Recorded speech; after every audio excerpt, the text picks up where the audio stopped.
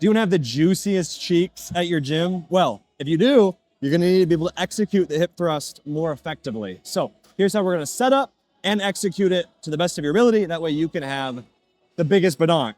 So the first most important thing that we do is that we set the bar, the machine, the cable, whatever you're working with, directly over your hips. You don't want it to be too low to where it's on your quads or too high to where it's on your stomach.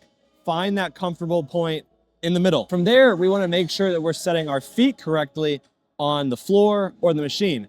I see way too often people having their feet way far in front of them, and as a result, they only feel their hamstrings and they don't feel their glutes getting involved. So make sure your feet are actually closer to your body.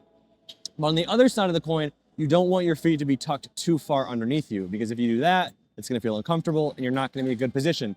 So I find the most comfortable position to be when you've locked out the rep, your knee is at a 90-degree angle. So in addition to finding the correct foot placement as far as in front of us or tucked underneath us, we also want to have our feet roughly at about shoulder width.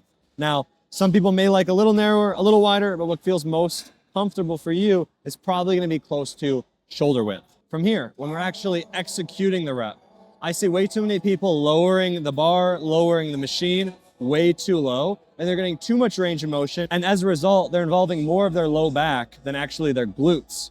So for me, I want to have kind of more of a minimized range of motion. As you can see here in the videos, I'm not stretching way too much, but I'm still involving my glutes effectively. As you're executing, you want to have a good level of control. You don't want to be dropping down and exploding up way too quickly. Have a good control throughout the entirety of the movement. I find that while you're executing the rep, it's also very important that our foot stays flat, either on the ground or on the machine. You don't want your heel to be coming up or your toes to be coming up or your feet to be moving around.